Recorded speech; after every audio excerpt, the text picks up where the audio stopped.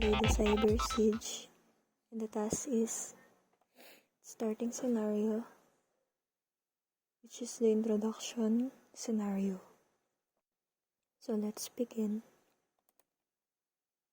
Here is the briefing of the game. Just click OK. Next is click the objectives. Here are the 3 objectives. Buy computers for Curly and Mo to work on. Connect Curly and Mo to the network. Bortsoft needs an IT guy to maintain the system. Then go back to the office. Click buy. Go to the workstations and buy a set of computers. And place it on the employee's desk.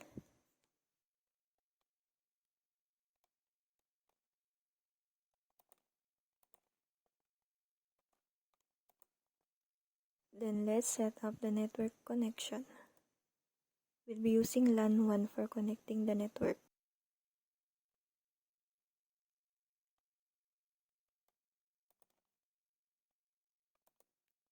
Then let's go to the office and hire an IT guy. Let's hire Larry. A window shows that you already completed the objectives in phase 1. Let's proceed in phase 2.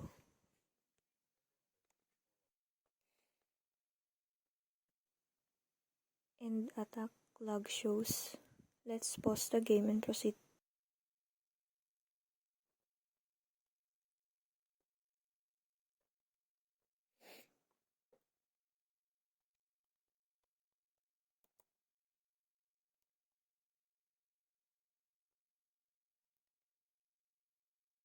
To the objectives.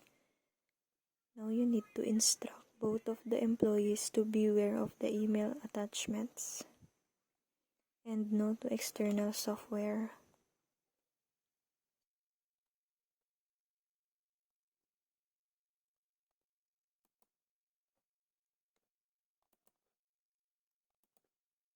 So let's go to the component.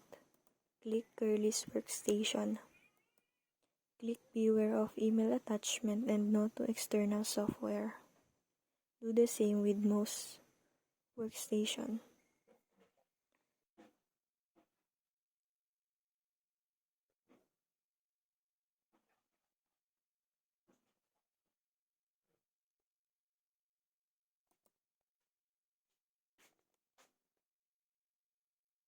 Then let's proceed again to objectives and do the objective number 2. To train both of the employees, let's go to user.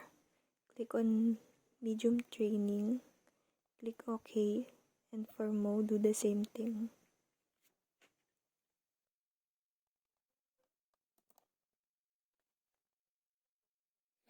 Let's go back to the office and play.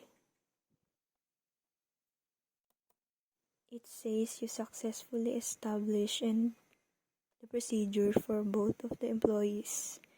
Now let's go to phase 3. Let us pause the game first. It seems like the zone is not well protected or not secure. So what we're gonna do is ensure the security of the place or the zone. That's the first objective.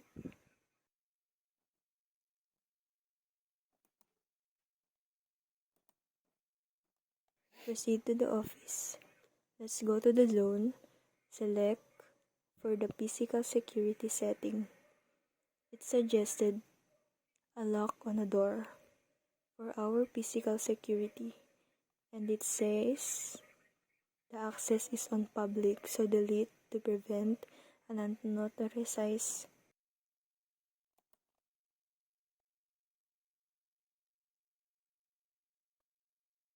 Then objective number 2 is that we do secure our workstation.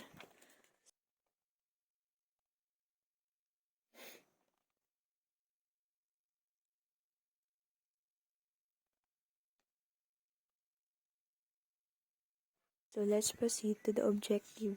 Then click Curly's workstation. Let's check on the configuration setting. Find the automatic lock, then select that. Same with Mo.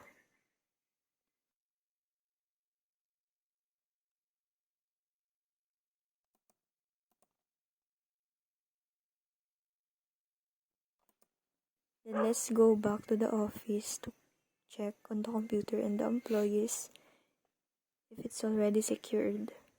Let's play the button.